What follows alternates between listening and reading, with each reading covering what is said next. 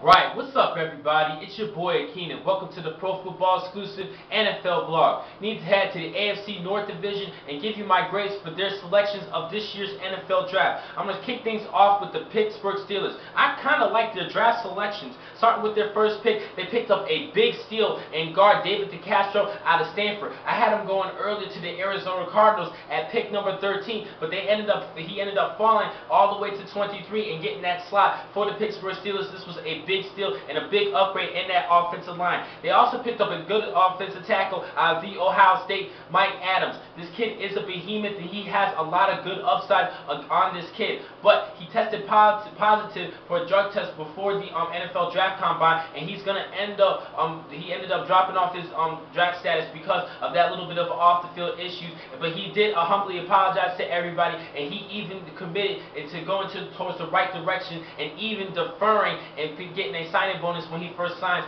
with the team. So it looks like his character issues are starting to rebuild, and he's going to start getting his act together. Hopefully he continues to go to the right direction. Now they picked up a good all-purpose player in Chris Rainey out of Florida in the later rounds. I really think this kid is a good scat back, and I think he could be a good complement in the running as well as the receiving core. But I think he's going to be used a lot as a return specialist because he's nifty and he has a lot of speed, and this is going to be a good change up overall as an all-purpose athlete. I think he's going to be this Darren Sproles type for the Pittsburgh Steelers. Now they also picked up, they went on the defensive side, they picked up a good linebacker in Sean Spence out of the U. I really think this is going to be a good addition to the linebacking core. Earlier, before I mentioned that they was aiming for Dante Hightower out of Alabama, but they still picked up a good quality linebacker in Sean Spence, and I think he's going to replace James Farrior in that linebacking core. Now they also picked up, sticking on the defensive side, they picked up a good nose tackle and Alameda Tamu, the defensive tackle out of Washington. He has good size, 320 pounds. I think he's going to be able to help out that defensive line when they need breathers, and I think he can develop to be a decent NFL player. Now overall for this team, I'm going to give them a B+. I really like their draft selections. They ended up filling up the voids that they needed, and they got a big steal in David DeCastro. Great job, Pittsburgh. Next team to talk about, the Cincinnati Bengals. This is another team that I like their draft picks. I'm going to give them an A- for their efforts. Starting with their first pick, they ended up getting Trey Kirkpatrick, the cornerback out of Alabama. They was eyeing on him as well as their second choice, and Kevin Zettler, the guard out of Wisconsin. A couple of weeks before the NFL draft combine, they ended up scouting both these players, and they were designated to get both these players, and they got exactly what they wanted and what they needed. Going back to the defensive side, they picked up Big Ten Defensive Player of the Year last season, Devin Still, the defensive tackle. This is going to help out that defensive line a lot, bring more depth into that chart, and I think he can start right away for this team. This kid is a monster. He had over 15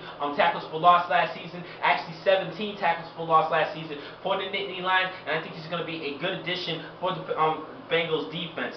Going to the offensive side, they picked up a good all-purpose player in Mohamed Sanu, the receiver slash running back out of Rutgers. This kid is an all-purpose guy. He got the ball every time he had the ball in his hands, he made things happen, and I really think he could be a good addition on that offensive side. The only thing that concerns me, though, is he's going to have to make the transition to just an all-purpose player, and I think he's going to be used more as a receiver and not like a running back slash receiver for the Cincinnati Bengals. Now, they have a very young team, and having Mohamed Sanu getting the ball all the time, he's going to have to make the adjustment and get the ball less because they still have a lot of talent around them, especially with the signing of Jarvis Green Ellis. He's going to be probably carrying the load at the running back position, and they also have A.J. Green, their top receiver, coming back next season, and I think that Mohamed Sanu is going to have to take that step back and be more of a role player for the Cincinnati Bengals, but he still is going to get the ball enough times where he could display his skills. Now, in the later rounds, they picked up a good defensive tackle,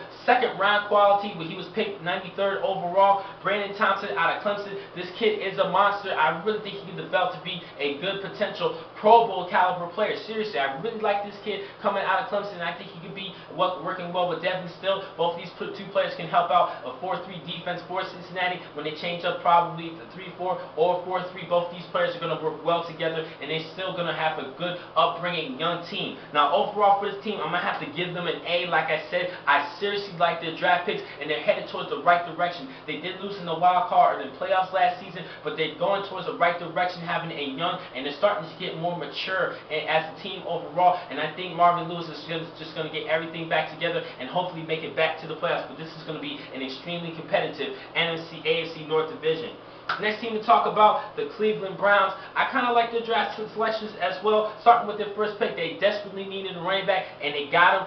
They ended up bumping up one notch at the third pick overall instead of number 4, and they picked up Trent Richardson, the number 1 running back out of Alabama. This kid is a monster. He breaks a lot of tackles, and he's a good catch a player who can catch the ball outside the backfield. He would definitely be a big addition for this offense. Now, they also had a second first-round selection, and they went with quarterback Brandon Weeden out of Oklahoma State.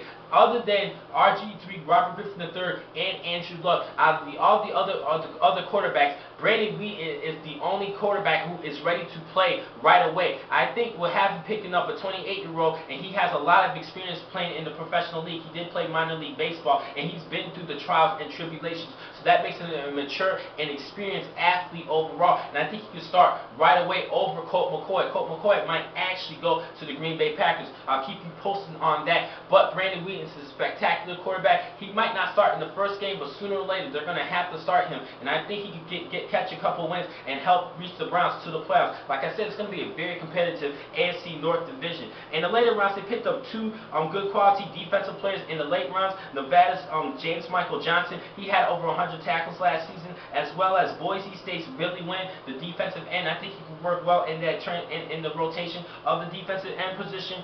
Also, defensive tackle John Hughes out of Cincinnati in the 4th round. I think that was a little bit of a reach, and because of that, I'm going to give the Browns a C for their efforts with their draft.